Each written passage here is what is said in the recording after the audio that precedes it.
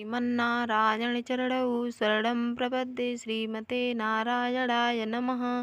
राधे राधे। जय श्री कृष्ण। मित्रों, आप सभी लोग कैसे हैं?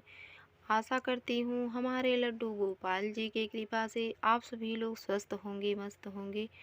और आप सभी को आज मैं बता रही हूँ कि जो माघ के स्नान हम करते हैं, माघ में जो स्नान का महत्व होता है वो कितना बड़ा होता है और उसका क्या नियम है, आज मैं वो सभी आप सभी को बताऊंगी।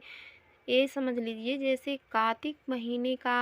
कार्तिक मास का ये महीना स्नान करने में जो बहुत बड़ी भूमिका निभाता है, बहुत महत्व रखता है, उससे बहुत लाभ होता है, बिल्कुल वैसे ही हमें माघ का भी महीना जो होता है वैसे ही हमें बिल्कुल बहुत से हम रोग से भी मुक्ति पा सकते हैं और उसे बहुत से फ़ायदा होता है। क्योंकि जब आप ये पूरी वीडियो देखेंगे, जब आपको खुद समझ में आएगा, क्योंकि माघ का जो स्नान होता है बहुत महत्वदायक होता है। तो प्लीज़ ये वीडियो आप सभी लोग ज़रूर सुनिएगा। इसमें माघ के स्नान का इसमें महत्व बताया गया है और क्या भूमिका है, जब आप सभी लोग सुनेंगे जब ही आपको समझ में आएगा। तो दोस्तों, सबसे पहले तो आप ये जान लें कि माघ में जो हम स्नान करते हैं, पहले नियम जान लें कि इसका नियम क्या है।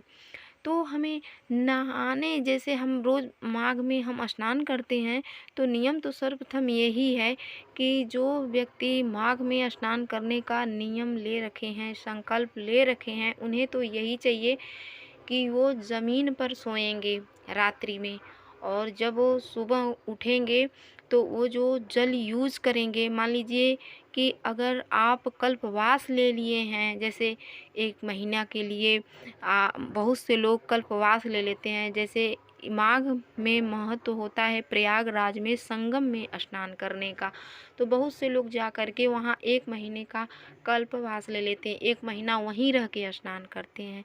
तो अगर आप ऐसे तीर्थों में जाके अगर आप कल्पवास लिए हैं, तब तो आप गंगा जी, संगम जी में ही स्नान करिए। अगर घर पे हैं, गंगा जी के पास नहीं है, प्रयागराज नहीं है, या कहीं भी तीर्थों में नहीं है, किसी तीर्थों में घर पे हैं आप, तो आप ऐसा करिए कि आपके घर में जो रखे हैं गंगा जल, तो आप अपने स्नान के जल में गंगा जल मिला लें। और इस बात का विशेष ध्यान रखना चाहिए कि जब आप स्नान करें तो सूर्योदय से पूर्व ही करना है। पहले सूर्योदय अभी नहीं हुआ हो, जब भी आपको जग के बिस्तर छोड़ना होगा, नित्य कर्म से निवृत्त हो करके स्नान करना चाहिए। और बहुत से लोग ये भी कहते हैं कि हमारे घर में तो गंगा जल ही नहीं है। तो जिसके घर में गंगा जल न हो, तो वो एक काम करे कि अपने जल में तुलसी पत्र डाल ले और तिल डाल ले, क्योंकि माघ माह में तिल का बहुत विशेष महत्व होता है अपने स्नान के जल में। और जो माघ नहाने का, माघ मास का जो स्नान नहाने का संकल्प लिया है, तो वो ज़रूर तिल डाल के अपने स्नान के जल में ज़रूर नहाए। अगर गंगा जल है तो सबसे अच्छा है, गंगा जल से ही स्नान करें अपने जल में डालकर। और मान लीजिए कि अगर आपसे ये भी नहीं हो पा रहा है, बहुत से लोग कहते हैं कि हमें काम रहता है, इतना टिटिम्हा कौन करे, तो उसके लिए सबसे बढ़िया मैं उपाय ये बता रही हूँ कि कोई बात नहीं, आप जो जल भर रहे हैं स्नान करने के लिए टंकी का, तो आप स्नान करते समय बस एक यही मंत्र बोलते जाएं, ध्यान करते जाएं गंगा मैया का, कि बस यही मंत्र बोलना है, हर हर भागीरथी गंगे काशी विश्वनाथ शंभु, हर हर भागीरथी गंगे काशी विश्वनाथ शंभु। आप ऐसे ही मंत्र का जाप करते रहें। तो ये भी समझ लीजिए कि जो इस मंत्र का जाप करता है तो उसका गंगा स्नान ही माना जाता है, क्योंकि गंगा जी का स्मरण आप कर लिए स्नान करते समय। तो क्योंकि आप तो जिस भी जल से नहा रहे हैं, तो आप गंगा जी का स्मरण किए हैं, तो वो गंगा स्नान ही माना जाएगा, क्योंकि आपका मन तो गंगा जी में ही लगा हुआ था। तो इसलिए आप गंगा जी का स्मरण करते हुए स्नान करेंगे तो भी गंगा स्नान ही माना जाएगा। और स्नान करने के बाद आप सभी को ये बता दूं कि ये जो गंगा जी का स्नान होता है माघ का, तो ये माघ का स्नान हमारे श्री कृष्ण भगवान को अति अति प्रिय है।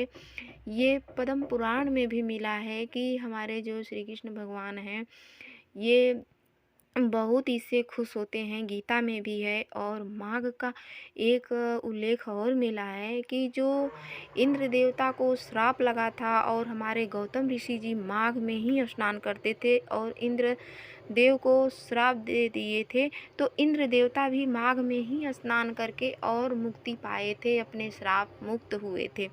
तो इस बात की भी मैं आप सभी को जानकारी दी, क्योंकि बहुत से लोग जैसे पाप हो गया रहता है तो माघ में स्नान करने से पाप का भी हमें इससे निपटारा हो जाता है। तो इसलिए माघ के स्नान का बहुत बहुत महत्व है, कितना बताऊं।